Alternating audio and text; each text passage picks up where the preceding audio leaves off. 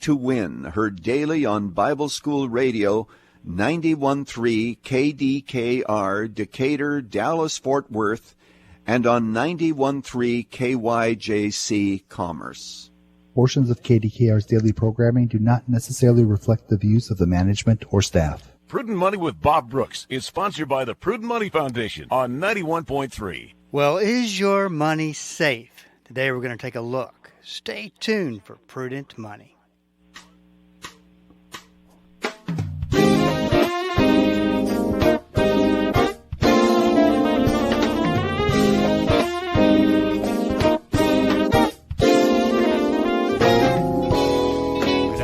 This is Bob Brooks, and you are listening to the Prudent Money Radio Show. Thank you so much for joining me today. You know I do appreciate it. Do have a line open if you'd like to call in, 1-877-913-5357. That is the number to call, and I would love to hear from you. If you're driving, be very careful if you're trying to navigate a phone and get a question in. You can always go to the website, www.prudentmoney.com. Send a question to the Ask Bob section, and I will get you taken care of. Easy way to get information, all at the website, prudentmoney.com. 1-877-913-5357. So I've got a question for you, and I'm sure this is something that a lot of you really think about, especially in today's environment. And we're talking about money. And the question is your money safe? Now, that's a loaded question because there's a lot of different aspects of safety when it comes to your money. We can start with the one that we're all very familiar with, and that's risk. We talk about that quite a bit. Is your money safe from the risk that you're willing to take? Anything beyond that, it's not safe, in your opinion. But if you're at the right risk level, you don't consider it safe because you can still lose money, but it's appropriate risk that you're taking, and you're okay with that. Are you safe from a lot of the rumors that talk about the possible scenarios of government control and government takeover? And we've talked many times about the rumor that government's going to confiscate your 401k plan. And I've mentioned this many times, talked about why I don't think that that's the case, and that's necessarily something to worry about. But you're always getting these questions of, is the government going to restrict cash withdrawals? Anything like that. Is your money safe from identity theft? There's a lot of identity theft going on, and unfortunately, it's become something that we're just somewhat of immune to and don't really worry about it, when it is a real problem. And the bigger problem is the identity thieves are getting more clever, and they are using complicated means to steal information. That, the point that an identity thief gets to where they can really disguise what they're doing and you can't even tell, it's a real problem. And I think we're getting to that point at this juncture. But I had a question come in. I want to dissect it out a little bit and talk about it. It says, I have a question about having money in a bank account here in the U.S. Are the banks going to heavily restrict our ability to withdraw our own cash when we need it? Is it a wise thing to keep your cash close to you and only have enough in the bank account to cover the monthly bills? I'm hearing how they plan to restrict cash withdrawals in near months or even weeks. Have you heard anything about that? Now, I'm sure that this is something that has gone through your head at one time or another. This came from Dave in San Diego, great part of the country. And let's talk about some of the things you consider when thinking about this question. First of all, it depends on your source. that you got the information from. The good and the bad about, of course, 24/7 internet and news cycle and all that type of thing is that if you need information, it's at the tip of your fingers. You can go get it at any time. The good and the bad about that is, or the question about that is that credible information? And that's what you have to determine, is what you're reading, is it credible? And we've all fallen for emails and different aspects of social media that have no credibility and that look like they are credible, but turns out they're not. But the first question you have to ask is what the event that you're talking about, is it a probability? And I would say in this particular question, the probability of the government confiscating our bank accounts or restricting cash withdrawals is something that is pretty low probability. Is the environment ripe for that type of thing? And I would suggest, even though we have, there's no end to the crazy things that are going on in this country, I still don't think that we are in an environment that this could happen. Now, you may, and this comes from a lot of research and a lot of studying of these different things that could happen. That's just my opinion. Is it a viral email that's going on? You know, I talked about Porter Stansberry last week and how he's back. And now you see his viral emails, and you'll probably get one or two of them a day telling you about the end of America and how things are going to, everything's going to implode and all the bad things are going to happen. And then that goes to the next point. Are they selling something?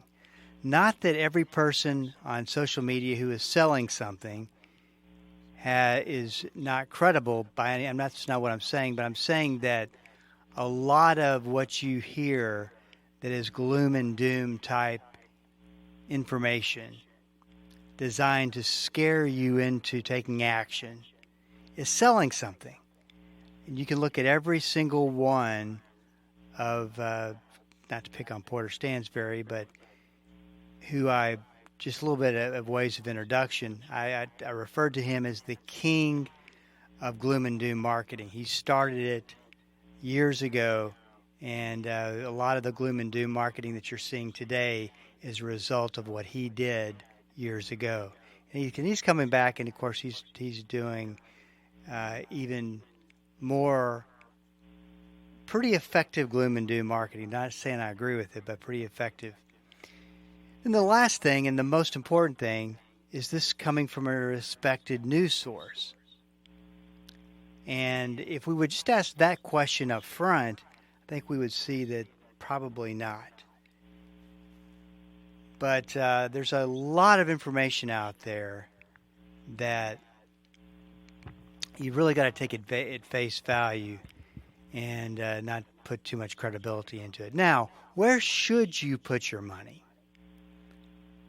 I wrote a piece today on Wells Fargo. And of course, we've talked about Wells Fargo many times.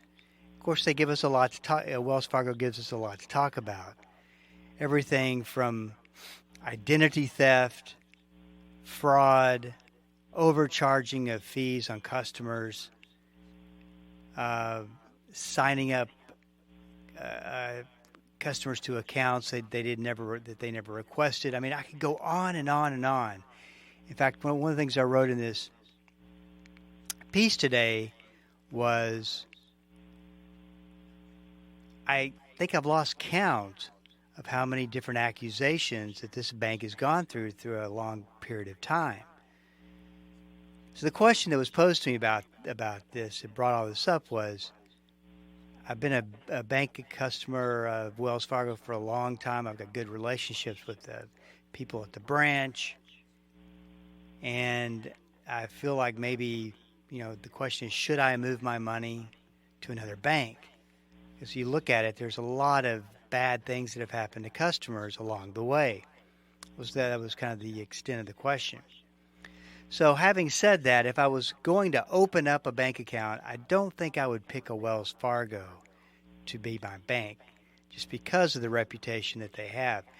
Here's the thing about I'll go on here in a minute, but the thing about Wells Fargo is the problem with your big banks. And to be fair, Wells Fargo is not the only one that is abusing their customer base. A lot of the big banks have been caught doing this.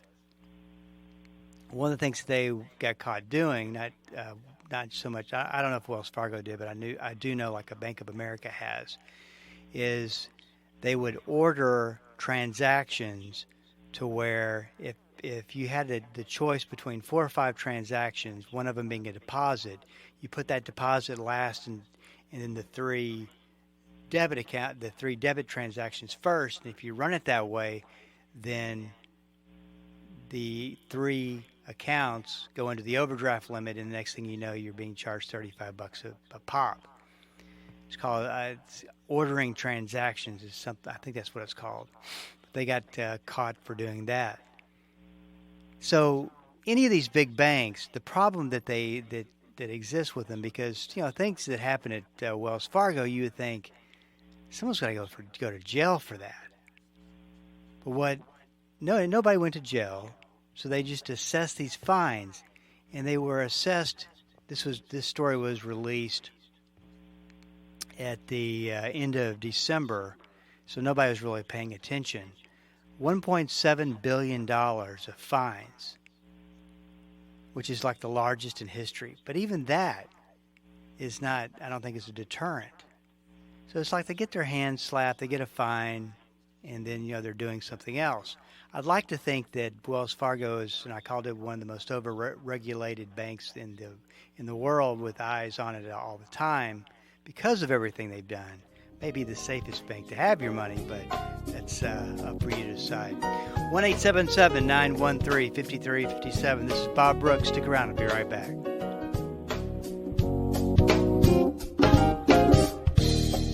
Hi, this is Bob Brooks, host of the Prudent Money Radio Show. Well, over the past 3 years, we have seen it all, from COVID to inflation to a bear market in stocks and bonds. Well, what happens in 2023? Well, on Saturday, February the 4th at 10 a.m., we are going to address 2023 and your money and talk about the following. Inflation, will it go higher or go away for good? A look at real estate in 2023. Are we heading for a recession? Will the stock and bond markets turn around? What is the best place to keep cash and emergency money? What could be the best kept secret of the next rebound? What steps do you take in 2023? Tough questions, real answers. Let's have a discussion. Well, on Saturday, February the 4th at 10 a.m., join me in a live Zoom presentation where we will discuss what you need to know to be safe and profitable in 2023. For more information and to sign up, go to prudentmoney.com. This week on Truth for Life, join Alistair Begg as he turns to the pages of Scripture to answer long-standing debates about baptism. You'll also learn how to witness by the way you worship and discover what effective church leadership looks like. Listen to Truth for Life with Alistair Begg. Weekdays at 5:30 a.m. here on 91.3 KDKR. This is Rob Randall, your host and teacher of the Invisible War radio program. The Invisible War is the study of God's Word on how to walk in Christ's victory in the spiritual battles we face against the powers of darkness. Join me every Sunday morning at 9 right here on KDKR and KYJC in Commerce, your station for life.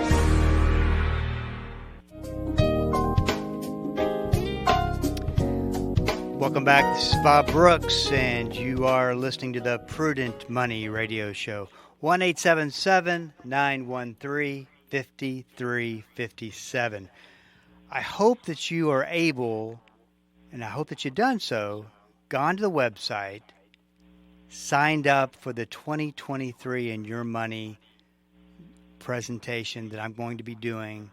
First, originally I said Wednesday. We set up for Wednesday, found that ended up not being such a good day. So we're actually going to do it on Saturday at 10 a.m. And this is going to be something that you definitely want to see, because I'm going to take what seems complicated and show you that it's really not. That it does kind of make sense how things are working. But so that you can see, for instance, I'll give you a good example, inflation, why we're having such a problem with it, and how long it's going to be around. And I got to tell you that there's a, and I know I always talk about grocery shopping because it just fascinates me as I look at the different prices, the price increases. So the one place that I go to all the time, we'll leave names out, I'm pretty familiar with what their prices are because I pay attention.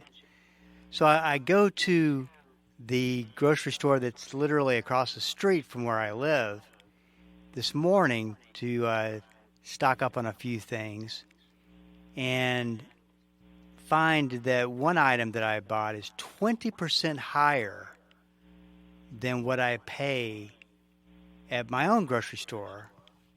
So I think I spent like probably 25 to 30% more than I normally spend, where I'm paying 20 to 25% more from pre-inflation numbers. So what does all that mean? And when's it going to go away? What's history have to say about it? So we're going to talk a little bit about that. And what's this period of rising interest rates, inflation, where does that fit into the stock market, the bond market, and how safe is my money going into a new year? Could it be that this year the bear market is over and there's a great opportunity? We're going to investigate all that. Plus, I'm going to talk about what I think is the best kept investment secret of the next rebound, because following this bear market, we should have a pretty good, exciting time of growth that we didn't get to see last year. That is, whenever this is over with. And I'll give you my forecast for when I think it's going to be over with, for whatever it's worth. We'll talk about what a recession looks like and steps to take. Because I think what's important, and I've always believed this, and this is one of the things at the core of Prudent Money, is to educate and to to build knowledge of what's going on, how to deal with it, what steps to take. And these presentations, that's what they're for. So go to the website, sign up today. If you go to the website, you'll get a banner ad will catch you. You can go in and sign up. But it's for the 2023 in Your Money. And it's this Saturday at 10 a.m. and hope to see you there. Okay, so what I was talking about before the break, where should you put your money? I got off on my tangent about Wells Fargo. My apologies, of course. Back to the question, where should you put your money? I mean, you can always put your money in the big banks. And I'm not a real big fan of the big banks for obvious reasons. Then there's the thought of going with online banks. And it's kind of one of those things, you either trust them or you don't. I personally like to be able to walk into a bank, probably more old school than most people. But I like the brick and mortar and like to be able to see the bank. That's just me. Online banks are probably going to give you a little bit better interest rates. Can't really speak to the service. That's probably going to be bank to bank. But then there are the small to intermediate sized banks. That is my preference. Credit unions, that's my preference. I like to do business with institutions that I know people and who aren't trying to fleece their customer base. So that's just a couple things there to keep in mind. So the Federal Reserve Board today issued a statement saying that we were not in threat of a recession. a friend of mine sent this to me, and I just left me scratching my head. So we're not in the threat of a recession, but will probably experience stagflation. Now, what in the world is stagflation? As if we need another big economic word to try to figure out. Obviously, we all are very familiar with what inflation is. Inflation is where prices go up. Deflation is when prices go way down. And if you go back to probably 2008 to 2020, we've been in, that's probably right. We have been in a deflationary environment. And then just like that, we flipped the switch and we started into an inflationary environment, which is where we have been. But stagflation is kind of the worst of two economic scenarios. Stagflation is where we have rising prices, so we still have inflation, and then we have a very slow, no-growth economy with high unemployment. Now, what interests me with this is that if we were to have, and I really believe this, the way that the economy is sitting today, if we were to go into a stagflation environment, we've already got the rising interest rates, the inflation rates. That's already there. But if you add into that a scenario where unemployment starts going way up, I don't see how we avoid a recession. Now, keep in mind that whoever is running the ship, and you can take that however you want to, whether it's the Federal Reserve Board, whether it's President Biden, whether it's whoever they are, you've heard all the conspiracy theories, I'm sure. They definitely want the people of this country to think that we've got a strong labor market. And that I can prove, which I'm going to show some of these statistics, because I've had a big question mark in my mind. And if we talk, and I bring it up again, if over 90 million people filed for unemployment benefits during the pandemic, and all of a sudden we have more jobs than we do workers, just like that. My question is, how did an economy that is as weak as ours has been over the past couple of years absorb 90 million people that filed for unemployment? And I research this, and I look for the holes in the arguments, and I look for the data, and because it just doesn't add up.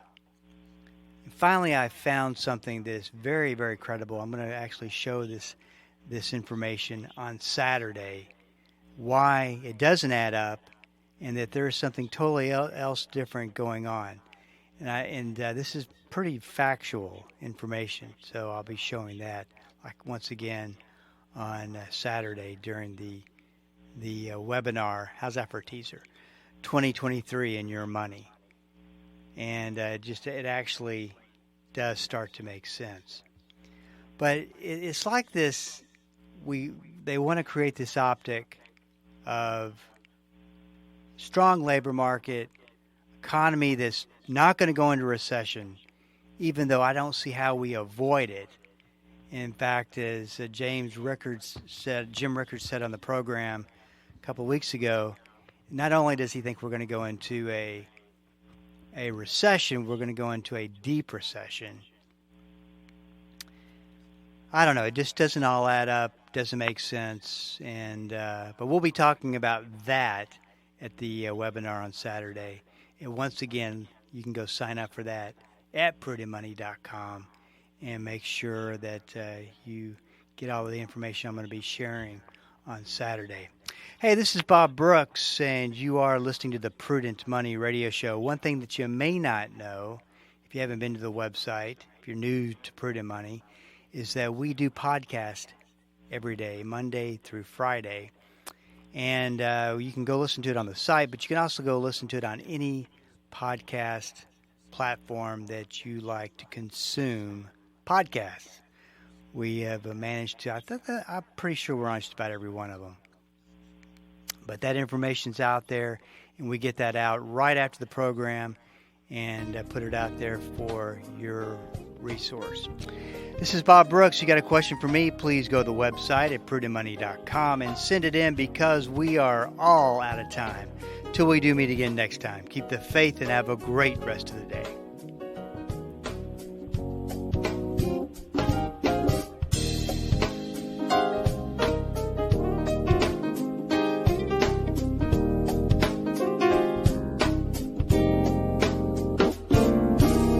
That's all the time we have for today. Questions or comments for Bob, or to find out more great information like what you've just heard, visit www.prudentmoney.com. Be sure to join Bob Brooks again for the next edition of Prudent Money.